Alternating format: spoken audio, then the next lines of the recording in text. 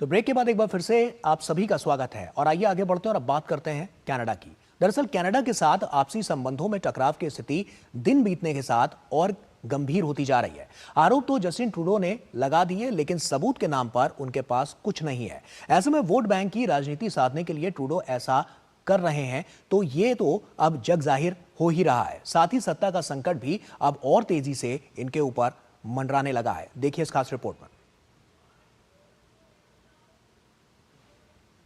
न कोई पुख्ता सबूत और न कोई ठोस जानकारी, फिर भी ट्रूडो सरकार का भारत के खिलाफ अनर्गल अलाप जारी। भारत को बदनाम करने की ट्रूडो की इस साजिश से दोनों देशों के संबंध अब तक के अपने सबसे खराब दौर में पहुंच गए हैं। भारत के बार बार मांगने के बावजूद सबूत तो दूर की बात, कोई पुख्ता जानकारी भी अब तक उपलब्ध नहीं कराई गई है। आखिर ट्रूडो की ऐसी क्या मजबूरी है कि वो वोट बैंक की नीति के चलते भारत के साथ कूटनीति के तालमेल को दांव पर लगा रहे हैं। दरअसल ट्रूडो की लोकप्रियता लगातार गिरती जा रही है। उनकी अप्रूवल रेटिंग गिरकर 33% तक पहुंच गई है। हाल में हुए उपचुनाव में 30 साल से टोरंटो की सीट पर काबिज उनकी पार्टी को हार का मुंह देखना पड़ा। उनके मजबूत गढ़ मॉन्ट्रियल में भी उनकी पार्टी बुरी तरह हार गई। ट्रूडो की मुश्किलें तब और बढ़ गई जब खालिस्तान समर्थक जगमीत सिंह के नेतृत्व वाली न्यू डेमोक्रेटिक पार्टी ने उनकी सरकार से समर्थन खींच लिया और वो अल्पमत में आ गए। उधर महंगाई के मोर्चे पर भी उनकी सरकार विफल रही। स्वास्थ्य सेवाएं खराब होती जा रही हैं। युवाओं में रोष बढ़ता जा रहा है। इस असंतोष की राजनीतिक भरपाई वो सिख वोटों के सहारे करना चाहते हैं। खालिस्तान समर्थक भावनाओं का समर्थन हासिल करने के लिए वो एक खालिस्तानी आतंकवादी हरपाल सिंह निज्जर की हत्या के बाद से भारत पर बेबुनियाद आरोप लगाकर दोनों देशों के रिश्तों को दांव पर लगा दिया है। भारत शुरू से ही इन आरोपों को खारिज करता आ रहा है। हालांकि भारत से पंगा लेकर वो अपने घर में ही घिरते दिखाई दे रहे हैं और उनकी जमकर फजीयत हो रही है। कनाडियाई मीडिया को ही ट्रूडो पर विश्वास नहीं है। कई अखबारों में छपे लेख में कहा गया है कि ट्रूडो मामले में भारत को पुख्ता सबूत देने में विफल रहे हैं।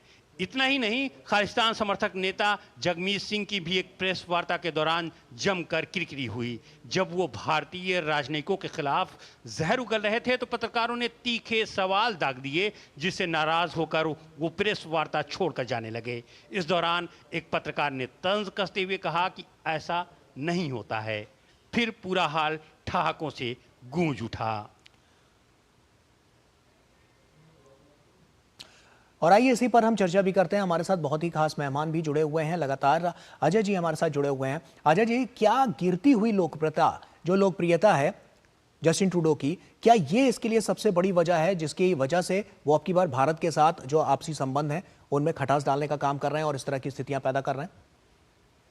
मेरे ख्याल से ये सच है कि कनाडा की जो राजनीति है इस समय वो इस स्तर पर पहुंच गई जहां ट्रूडो की पोजीशन अनवायबल है और अंदरूनी राजनीति को चलते उन्हें कुछ नया करने की आवश्यकता थी।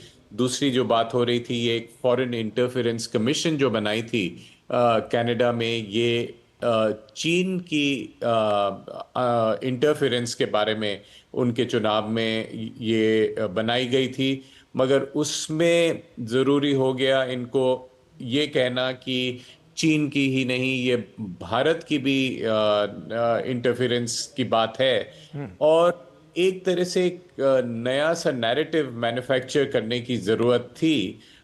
ये एक डोमेस्टिक पॉलिटिकल कंपल्शन था, मगर इसके चलते मेरे ख्याल से कनाडा ने भारी गलती करी, ट्रूडो ने भारी गलती करी। और आश्चर्य की बात है कि इस तरह का गंभीर भारत पे आरोप लगाया जिसकी पुष्टि नहीं कर पाए, जिस पे कोई ठोस सबूत नहीं दे पाए।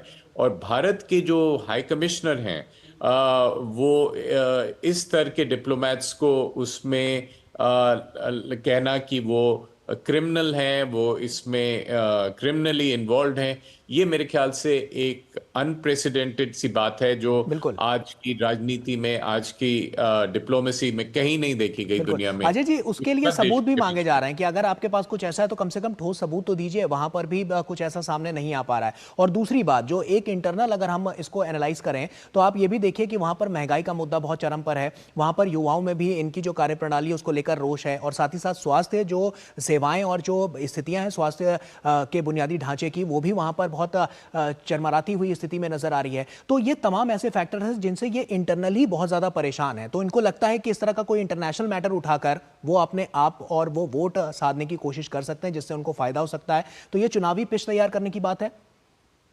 जी, और इसमें एक और बात है कि अप्रूवल रेटिंग जो ट्रूडो की है वो बहुत नीचे है। उनके ऑपोजिशन के जो चैलेंजर हैं पियर पॉलेव, उनकी और कंजर्वेटिव पार्टी की अप्रूवल रेटिंग हाई है। मगर एक और बात हमें याद रखनी चाहिए, अगर हम तुलना करें तो इस विषय की, इस प्रकार की शिकायत हमारे लिए अमेरिका से भी आई है। मगर वहां पे जिस तरह हमने इसको हैंडल किया एक मैच्योरिटी के साथ दोनों देशों ने, कि ये एक अगर आपका सिक्योरिटी का मसला है तो आप बंद कमरों में राजनीतिक और डिप्लोमेटिकली इस बारे में चर्चा करें।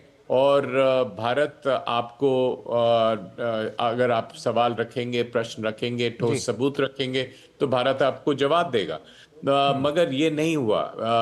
अमेरिका में ये हुआ कि वो एक सिक्योरिटी का डायलॉग हुआ जिसमें इन मसलों को सुलझाया गया। मगर कनाडा में ये सब मीडिया के सामने और प्रधानमंत्री के स्तर पे बात हो रही है, तो ये लगता है कि एक ग्रैंड स्टैंडिंग है। ये एक प्रकार से एक थिएटर है जो राजनीतिक कारण के कारण खेला जा रहा है। बिल्कुल। बाई इलेक्शंस के भी जो अभी हमने देखा कि जो रिजल्ट आए उसमें हमने देखा कि जो टोरंटो की सीट है वो वहां पर भी उसमें करारी हार देखने को मिली, और 30 साल बाद ये कुछ हो पाया है। तो ऐसे में साफ तौर पर ये साख का सवाल भी था और स्थितियां भी उनके अनुकूल नहीं नजर आ रही हैं, इसलिए ये दांवपेच ज्यादा किए जा रहे हैं जिससे उनको कम से कम नुकसान हो, क्योंकि फायदा तो कहीं से नजर नहीं आ रहा।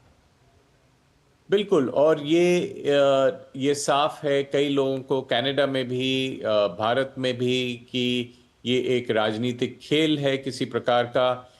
उसी दिन जिस दिन आरोप लगते हैं, न्यूयॉर्क टाइम्स में और वॉशिंगटन पोस्ट में लेख लिखे जाते हैं जिसमें तरह तरह की डिटेल्स दी जाती हैं। तो ये एक और आज ही जब कनाडा में सुबह होगी या दोपहर होगी तो जी। एक फॉरेन इंटरफेरेंस कमीशन में चर्चा होगी इस बारे में।